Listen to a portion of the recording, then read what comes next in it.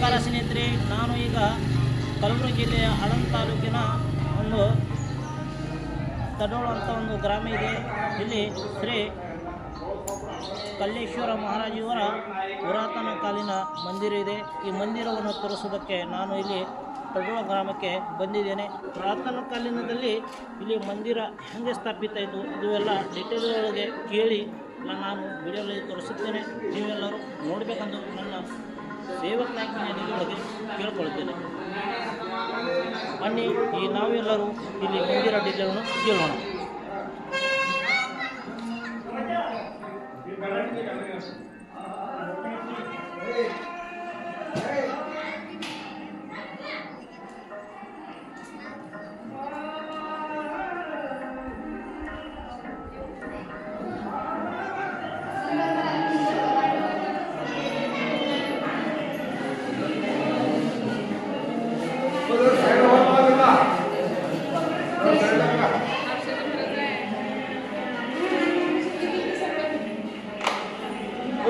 थोड़ा साइड व्हा जरा थोडं 10 मिनिट बाजूला व्हा.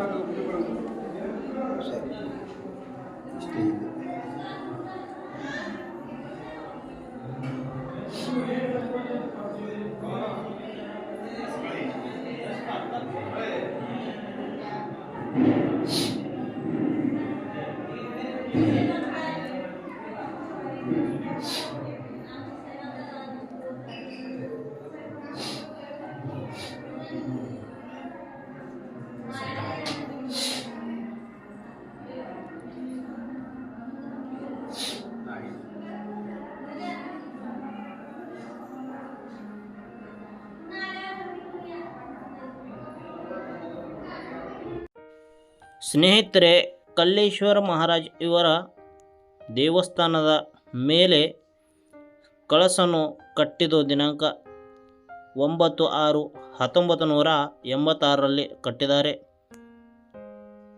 ಇನ್ನು ಎಲ್ಲ ಬಜೆಟ್ ಬಂದಂಗ, ಬಜೆಟ್ ಅಂದರೆ ಭಾವಿ ಭಕ್ತರು ದೇಣಿಗೆ ಕೊಟ್ಟಂಗ ಇವರು ಎಲ್ಲರೂ ಒಂದೊಂದು ಕೆಲಸ ಸ್ಟೆಪ್ ಬೈ ಸ್ಟೆಪ್ ಮಾಡಿದ್ದಾರೆ.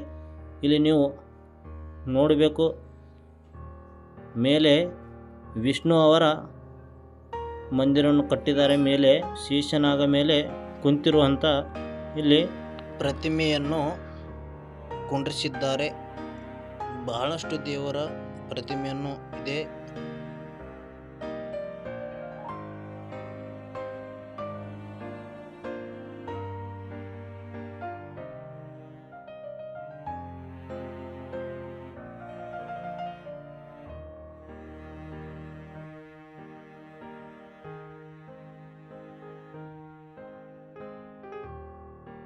ನೋಡಿ ಸ್ನೇಹಿತರೆ, ಕಳಸದ ಮೇಲೆ ಬಹಳಷ್ಟು ದೇವರ ಪ್ರತಿಮೆಯನ್ನು ಸ್ಥಾಪಿಸಿದರೆ ನೀವು ನೋಡಬೇಕು ಡಿಟೇಲವಾಗಿ.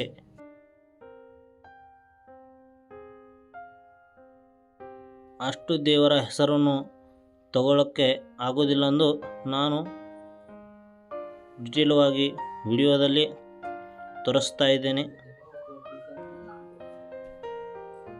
ನೋಡಿ ಸ್ನೇಹಿತರೆ,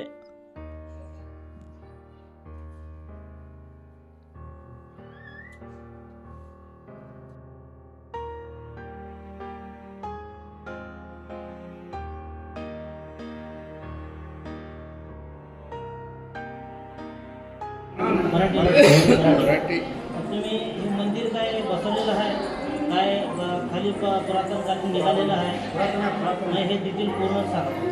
पुरातनच आहे. त्या काळात बसलेलं काय त्याला कोण हात लावले साधं मंदिर होतं. पण ते असं तसं साधं मंदिर होतं. एवढं चांगलं गळ्यावर करून बघितलं. पुरातनच आहे. ते कुण्या योगात का बसविलेलं आहे काय नाही. मी काही कल्पना नाही कोणाला. सांगा. आणि आमच्या काळात कसं हे मंदिर साधं होतं बिलकुल. पाडले त्याला झाडं होते, पत्रे होते. इकडे झाड पाडून मग आहे की पुढे झाड तीन झाडं होते. त्यांच्याकडे सगळे बांधकाम तयार केले. तेल काही लोक का म्हणले तेल उठून बघा, वर घेऊन बांधू द्या, खाली कोरोना आहे. इथं बघा हे ही भिंतीचे पडून आहे खाली वर घेऊन बांधू बघू म्हणले काळा गेला तर निघाल नाही एवढं उकारले ते खाली होतच अजून म्हणजे मंदिर पुरातनकालीन आहे. पुन्हा तर काही नाही म्हणजे ह्याला खाली काय उकरला, कशामुळे उकरला तुम्ही ह्याला? जागा उच घेऊ म्हणून हे म्हणजे जे लिंग आहे वर घेऊन ना हां, हां. बैठ त्याला जे लिंग वरी घेण्यासाठी तुम्ही त्याला उकरलं. हां उचलून बैठ म्हणजे ते कसं काय निघालं नाही का? मग काय त्याला काय त्याचं काय कशामुळे निघालं नाही ते काय माहिती आहे तुम्हाला? खाली खोल खोल आहे खाली तसंच उकरलं आहे.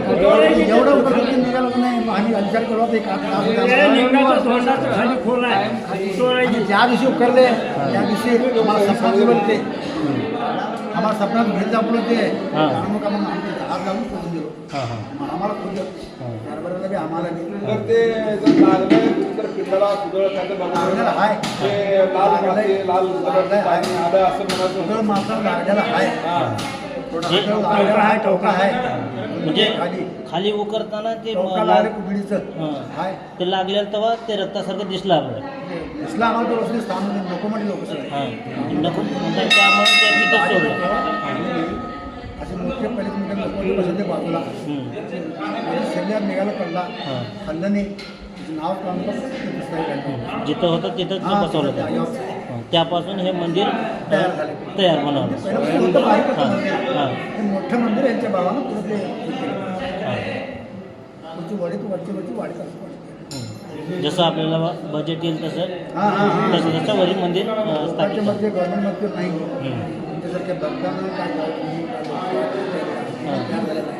गव्हर्नमेंटच्या कृपया कुठून नाही आला हां. आणि मी राजकारण केलं आहो आणि मी खेळले ते सगळेच खेळलेला आहो पण कोणच पैसे दिले नाही आता कसं उभारणे घेईल आम्हाला म्हणजे ह्याला राजकारणाचे कोणाचे पैसे नाहीत. नाही नाही भाई आहे जे भावी भक्त आहेत ते त्यांच्या हाताने आलेलं त्या पैशाने ते मंदिर बांधले. शेती आहे याच्या खाली. हां. शेतीच्या काय शेतीचं काय गावात शेतीच्या आधारावर काहीतरी दिलेलं म्हणजे शेती किती एकर असेल? शेती 58 एकर आहे. 58.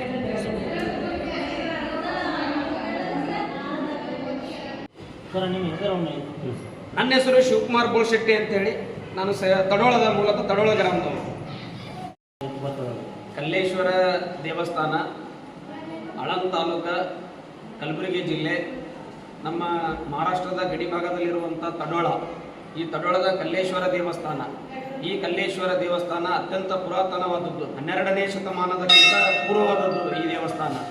ಈ ದೇವಸ್ಥಾನದ ವಿಶೇಷತೆ ಏನಂದರೆ ಇಲ್ಲಿ ಯಾವುದೇ ಒಂದು ಸರ್ಪ ಸ್ಪರ್ಶಿದಾಗ, ಹಾವು ಕಚ್ಚಿದಾಗ, ಈ ರೀತಿ ಆದಾಗ ಪರಂಪರೆಯೆಂದು ನಡ್ಕೊತ ಬಂದಂಥ ಪದ್ಧತಿ ಏನಂದ್ರೆ ಯಾರಿಗೆ ಕೂಡ ಹಾವು ಕಚ್ಚಿದ್ರೆ ತಕ್ಷಣ ಇಲ್ಲಿಗೆ ಬಂದು ಇಲ್ಲೇ ಒಂದು ಬಾವಿ ಇತ್ತು, ಆ ಬಾವಿಯ ನೀರನ್ನು ಅವ್ರ ಮೇಲೆ ಹಾಕಿ ಈ ದೇವಸ್ಥಾನದ ಎದುರಿರುವಂಥ ಬೇವಿನ ಮರದ ಕಡ್ಡಿಗಳನ್ನು ನಮ್ಮ ದೇವಸ್ಥಾನದ ಕಲ್ಲೇಶ್ವರ ಲಿಂಗದ ಮೇಲಿನ ಬಿದ್ದಿರುವಂಥ ನೀರಲ್ಲಿ ಮುಳುಗಿಸಿ ಅದನ್ನು ಕೊಟ್ಟಾಗ ಅದನ್ನು ತಿನ್ನಿಸ್ತಾ ಹೋದಾಗ ಅವರಿಗೆ ರಾತ್ರಿ ಪೂರ ತಿನ್ನಿಸ್ತಾ ಹೋಗಿ ರಾತ್ರಿ ಪೂರ ಜಾಗರಣಿ ಅಂದ್ರೆ ಇಲ್ಲಿ ಬೆಳಗನ ಅವರು ಭಜನಿ ಮಾಡಬೇಕು. ಭಜನಿ ಮಾಡಿದಾಗ ಬೆಳಗ್ಗೆ ಆಗೋತ್ತಿಗೆ ಗುಣಮುಖರಾಗಿ ಹೋದಂಥ ಉದಾಹರಣೆ ಸಾವಿರಾರು ಲಕ್ಷಗಟ್ಟಲೆ ಇಲ್ಲಿ ಉದಾಹರಣೆ ಇದೆ.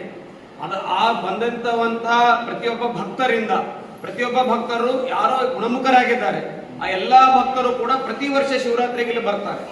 ಈ ರೀತಿಯಾಗಿ ಸಹಸ್ರಾರು ಸಂಖ್ಯೆಯಲ್ಲಿ, ಸಾವಿರಾರು ಸಂಖ್ಯೆಯಲ್ಲಿ ಎಲ್ಲರೂ ಕೂಡ ಶಿವರಾತ್ರಿಯ ದಿನದಂದು ಅತ್ಯಂತ ವಿಜೃಂಭಣೆಯಿಂದ ಈ ದೇವಸ್ಥಾನದ ಜಾತ್ರೆ ಆಗ್ತದೆ. ಅದೇ ರೀತಿಯಾಗಿ ಈ ದೇವಸ್ಥಾನದಲ್ಲಿ ಯಾವುದೇ ಜಾತಿ ಭೇದ ಇಲ್ಲದೆ ಕೂಡ ಎಲ್ಲವನ್ನು ಕೂಡ ಮೀರಿ ಈ ದೇವಸ್ಥಾನ ಇದೆ. ಎಲ್ಲ ಜನರಿಗೆ ಕೂಡ ಅವಕಾಶ ಇದೆ. ಹೀಗಾಗಿ ಈ ದೇವಸ್ಥಾನ ಒಂದು ಸಾಮೂಹಿಕ ಸಾಮಾಜಿಕ ಸಾಮರಸ್ಯತೆಯ ದೇವಸ್ಥಾನವಾಗಿ ನಮ್ಮ ಕಲ್ಲೇಶ್ವರ ದೇವಸ್ಥಾನ ಒಂದು ಮಾದರಿಯ ದೇವಸ್ಥಾನ ಇದೆ. ಈ ದೇವಸ್ಥಾನದ ಮುಖಾಂತರ ಊರಿಗೆ ನೀರಿಲ್ದಾಗ, ಈ ದೇವಸ್ಥಾನ ಆಡಳಿತ ನೀರಿಲ್ದಾಗ ಊರಿನ ಹಿರಿಯರು ಪಂಚರು ಎಲ್ಲರೂ ಸೇರಿ ಊರಿಗೆ ನೀರು ಬೇಕಾದ ಈ ದೇವಸ್ಥಾನದ ಆಸ್ತಿಯಲ್ಲಿರುವಂಥ ಹಣವನ್ನು ಮನಗಂಡು ಊರಿಗೆ ಉಪಕಾರ ಅಲ್ಲಂತೆ ಒಂದು ಬಾವಿಯನ್ನು ತೋಡಿಸಿ ಆ ಬಾವಿ ಮುಖಾಂತರ ಊರಿಗೆ ನೀರು ಕೊಡುವಂತ ಕೆಲಸ ಮಾಡಿದ್ದಾರೆ. ಪುರಾತನ ಬಂದಿರುವಂತ ಒಂದು 58 ಎಕರೆ ಜಮೀನು ಕೂಡ ಇದೆ. ಪ್ರತಿ ವರ್ಷ ಆ ಜಮೀನನ್ನು ಪಾರದರ್ಶಕವಾಗಿ ಹರಾಜನ್ನು ಯುಗಾದಿಯ ಮುಖಾಂತರ ಆಗ್ತದೆ. ಇಲ್ಲಿ ಅವತ್ತಿನ ದಿನನೇ ಪ್ರತಿಯೊಬ್ಬರು ಯಾರೇ ತೋಲಿ ಆ ಜಮೀನಿಗೆ ಅವತ್ತಿನೇ ರೊಕ್ಕ ಕೊಟ್ಟು ಹೋಗ್ಬೇಕು. ಆ ಬಂದಂತ ದುಡ್ಡಿನಿಂದ ಈ ದೇವಸ್ಥಾನದ ಅಭಿವೃದ್ಧಿ ಕಾರ್ಯ ಮಾಡ್ತಾ ಇದ್ದಾರೆ. ಹಾಗೆ ಊರಿನಲ್ಲಿ ಏನಾರ ಕಷ್ಟ ನಿಪುಣಗಳು ಬಂದಾಗ ಈ ದುಡ್ಡನ್ನು ಕೂಡ ಅದಕ್ಕೆ ಉಪಯೋಗ ಮಾಡ್ತಿದ್ದಾರೆ. ಹೀಗಾಗಿ ಒಂದು ಲೆಕ್ಕಪತ್ರ ಪೂರ ಅತ್ಯಂತ ಪರಿಶುದ್ಧವಾದದ್ದು. ಊರಿನ ಎಲ್ಲಾ ಸಮಾಜದ ಪ್ರಮುಖರು ಇದರಲ್ಲಿದ್ದಾರೆ. ಊರಲ್ಲಿರುವಂತ ಎಲ್ಲಾ ಸಮಾಜದ ಕೂಡ ಈ ಆಡಳಿತ ಮಂಡಳಿ ಸದಸ್ಯರಿದ್ದಾರೆ. ಈ ರೀತಿ ಈ ದೇವಸ್ಥಾನ ಒಂದು ಮಾದರಿಯಾಗಿ ನಮ್ಮ ಕಲ್ಲೇಶ್ವರ ದೇವಸ್ಥಾನ ಒಂದು ಮಾದರಿ ದೇವಸ್ಥಾನ ಇದೆ. ಇದು ನೀವು ಹೇಳೋದು ಬಾವಿಯಲ್ಲಿ ಇದೆ. ಈ ಬಾವಿ ಇಲ್ಲಿ ಇತ್ತು, ಒಂದು ಈ ಬಾವಿ ಕಟ್ಟಿ ಹತ್ರ ಇತ್ತು. ಆ ಕಟ್ಟಿ ಮುಚ್ಚಿದ ನಂತರ ಇಲ್ಲೇ ಎದುರಿರುವಂತ ಬಸವಣ್ಣಪ್ಪ ಗೋಳಶೆಟ್ಟಿ ಅವರ ಮನೆ ಹತ್ರ ಒಂದು ಬಾವಿ ಇತ್ತು. ನಾವು ಸಣ್ಣದಿರಲ್ಲ, ನಾವು ನೋಡಿದ್ವಿ, ಇಲ್ಲಿ ನಾವು ನೋಡಿಲ್ಲ, ನಾವು ನೋಡಿದ್ದು ಅಲ್ಲಿಂದ ತಂದು ನೀರನ್ನು ಹಾಕೋದು ನಾನು ನೋಡಿಲ್ಲ. ಅಲ್ಲಿ ಒಂದು ಇತ್ತು, ಅಲ್ಲಿಂದ ನೀರು ತಂದು ಇಲ್ಲಿ ಹಾಕ್ತಿರು, ಹಾಕಿ ಬೇವಿನ ಗಿಡದ ಮರಗಳನ್ನು ಇದು ಮಾಡ್ತಿರೋದು. ಈ ರೀತಿ ಅನೇಕ ಒಂದು ಪವಾಡಗಳನ್ನು ಕೂಡ ಈ ಕಲ್ಲೇಶ್ವರಲ್ಲಿ ನಡೆದಿದೆ. ಇದರ ಮೂಲತಃ ಕಲ್ಲೇಶ್ವರ ಇರೋದು ನಮ್ಮ ಬೌಂಡ್ರಿಯಲ್ಲಿ, ಕೊತ್ತಲಿ ಬೌಂಡ್ರಿಯಲ್ಲಿ ಒಂದು ಬರ್ತದೆ. ಈ ಪಕ್ಕದಲ್ಲಿರುವಂತಹ ಕೊತ್ತಲಿ ಅಂತ ಇದೆ, ಅಲ್ಲೂ ಕೂಡ ಒಂದು ಕಲ್ಲೇಶ್ವರ ದೇವಾಲಯ ಇದೆ. ಅಲ್ಲೊಂದಿದೆ, ಇಲ್ಲೊಂದಿದೆ, ಎರಡೂ ಕೂಡ ಇದೆ. ಇದು ನಮ್ಮ ಶಿವರಾತ್ರಿಗೆ ಅತ್ಯಂತ ವಿಜೃಂಭಣೆಯಿಂದ ಜಾತ್ರೆ ಆಗ್ತದೆ. ಮತ್ತ ಇಲ್ಲಿ ಕುಸ್ತಿ ಕೂಡ ಅತ್ಯಂತ ಚೆನ್ನಾಗಿ ಆಗ್ತದೆ. ಹಂಗೆ ಊರಿಗೂಟನೂ ಕೂಡ ಇರ್ತದೆ ಇಲ್ಲೆಲ್ಲ. ಜಾತ್ರೆ ಯಾವಾಗ ಆಗ್ತದೆ? ಶಿವರಾತ್ರಿ ದಿನ ಇರ್ತದೆ, ಮಹಾಶಿವರಾತ್ರಿ ದಿನ ಇರ್ತದೆ, ಕುಸ್ತಿ ಅವತ್ತಿನೇ ಇರ್ತದೆ. 3 ದಿನ, ಒಟ್ಟ ಒಂದು 5 ದಿನಗಳ ಕಾಲ ನಮ್ಮ ಜಾತ್ರೆ ನಡೀತದೆ ಪೂರ ಕೂಡ. ಇದು ಬಾವಿ ಎದರ ಸಲುವಾಗಿ ಏನು ಕಾರಣ ಮುಚ್ಚಿದೆ? ನೀರು ಇರ್ಲಿಲ್ಲ, ಅದ್ರಾಗ ನೀರು ಬತ್ತಿ ಹೋಯ್ತು, ಬಾವಿ ಬತ್ತಿ ಹೋಯ್ತು. ಬಾವಿ ಬತ್ತಿ ಹೋದ ನಂತರ ಹೀಗಾಗಿ ಅದು ಮುಚ್ಚಲಾಯ್ತು ಅಷ್ಟೇ. ಮತ್ತೆ ಊರಿನ ಜನರು ದೇಶ ವಿದೇಶಗಳಲ್ಲಿ ಕೂಡ ಇದ್ದಾರೆ. ಆದ್ರೆ ಶಿವರಾತ್ರಿ ಕೂಡ ಒಂದೇ ಒಬ್ಬರು ಇಲ್ಲದ ಕೂಡ ಪ್ರತಿಯೊಬ್ಬ ಮನೆಯಲ್ಲಿ ಕೂಡ ಉಪಸ್ಥಿತಿ ಇರ್ತಾರೆ ಜಾತ್ರೆ. ಇದು ವಿಶೇಷ, ಈ ಊರಿನ ವಿಶೇಷ. ಯಾರ್ಯಾರು ಹೆಣ್ಣು ಕೊಟ್ಟಿದ್ದಾರೆ, ಯಾವುದೇ ಊರಿಗೂ ಹೆಣ್ಮಕ್ಳು ಅವ್ರು ಕೂಡ ಬರ್ತಾರೆ. ಯಾರು ಉದ್ಯೋಗ ಆರಿಸ್ಕೊಂಡಿರ್ಬೋದು, ಬಿಸ್ನೆಸ್ ಆರಿಸ್ಕೊಂಡಿರ್ಬೋದು, ಎಲ್ಲರೂ ಕೂಡ ಬೇರೆ ಊರಾಗಿದ್ದಾರೆ. ರಾಜ್ಯಾದ್ಯಂತ ಮತ್ತು ದೇಶಾದ್ಯಂತ ಇದ್ದಾರೆ, ವಿದೇಶದಾಗೂ ಇದ್ದಾರೆ. ಅವರೆಲ್ಲರೂ ಕೂಡ ಇಲ್ಲಿ ಬರ್ತಾರೆ. ಈ ಊರಿನ ವಿಶೇಷತೆ ಆ ಜಾತ್ರೆ. ಹಂಗೆ ಈ ಊರಿನ ವಿಶೇಷತೆ ಅಂದ್ರೆ ಮಿಲಿಟರಿಯಲ್ಲಿ ಅತ್ಯಂತ, ಈ ಆಳಂದ ತಾಲೂಕದಲ್ಲಿ ಅತ್ಯಂತ ಹೆಚ್ಚಿನ ಜನರು ಇರುವಂತ ಊರಂದ್ರೆ ಇದು. ಮಿಲಿಟರಿದಲ್ಲಿ ಇರುವಂತ ಹೆಚ್ಚಂತ ಊರು ಇದು. ಶಿಕ್ಷಕರಿರುವಂತ ಊರು, ಅತ್ಯಂತ ಸರ್ಕಾರಿ ಉದ್ಯೋಗ ಇರುವಂತ ಊರು ನಮ್ಮದು. ಅತ್ಯಂತ ಕೃಷಿ ಕಾಯಕದಲ್ಲಿ ಹೆಚ್ಚಿನ ಮಹತ್ವ ಪಡ್ಕೊಂಡಿರುವಂತ ಊರು. ಸಾಂಸ್ಕೃತಿಕ, ಸಾಮಾಜಿಕ ಮತ್ತು ಶೈಕ್ಷಣಿಕವಾಗಿ ಎಲ್ಲಾ ರೀತಿಯಲ್ಲಿ ಪ್ರಗತಿ ಹೊಂದಿರುವಂತ ಊರು ಮತ್ತು ಧಾರ್ಮಿಕದಲ್ಲಿ ಎತ್ತಿದ ಕೈ ನಮ್ಮೂರು. ಪ್ರತಿ ವರ್ಷ ನಮ್ಮೂರಲ್ಲಿ ಪಾರಾಯಣ ಇರ್ಬೋದು, ಪಂಢರಪುರದ ವಾರಿಕರು ಇರ್ಬೋದು, ಅನೇಕ ಭಗವದ್ಗೀತೆಗಳಿರ್ಬೋದು, ಇವೆಲ್ಲವನ್ನು ಧಾರ್ಮಿಕದ ಒಂದು ತವರು ಅಂದ್ರೆ ತಪ್ಪಲ್ಲಕ್ಕಿಲ್ಲ ತಡವಾಳ. ಈ ರೀತಿ ಮಹಾರಾಷ್ಟ್ರ ಮತ್ತು ಗಡಿ ಭಾಗದಲ್ಲಿದ್ದರೂ ಕೂಡ ಕನ್ನಡ ಮತ್ತು ಮರಾಠಿ ಇವೆರಡನ್ನೂ ಸಮಗೂಢವಾಗಿ ಹೋಗುವಂತ ಸಮಾಜ ನಮ್ದಿದೆ ಸೇಡಂ. ಹೀಗಾಗಿ ಅತ್ಯಂತ ಶ್ರೇಷ್ಠವಾದ ನಮ್ಮ ತಡೋಳ ಇದೆ. ಧಾರ್ಮಿಕದ ತವರೂರು ಅಂದ್ರೂ ತಪ್ಪಿಲ್ಲ. ಈ ರೀತಿ ಅನೇಕ ವಿಷಯಗಳನ್ನು ನಮ್ಮ ತಡೋಳ ಗ್ರಾಮದ ಮಹತ್ವವನ್ನು ಹೊಂದಿಕೊಂಡಿದೆ. ಅವಳಿ ಮನೆಯಾಗಿ ಗುಡಿದು ದಿನ ತರೋದು ಮಾಡ್ತಾರೆ. ಊರಿ ಮನೆಯಾಗಿದ್ದು ಆಯ್ತು.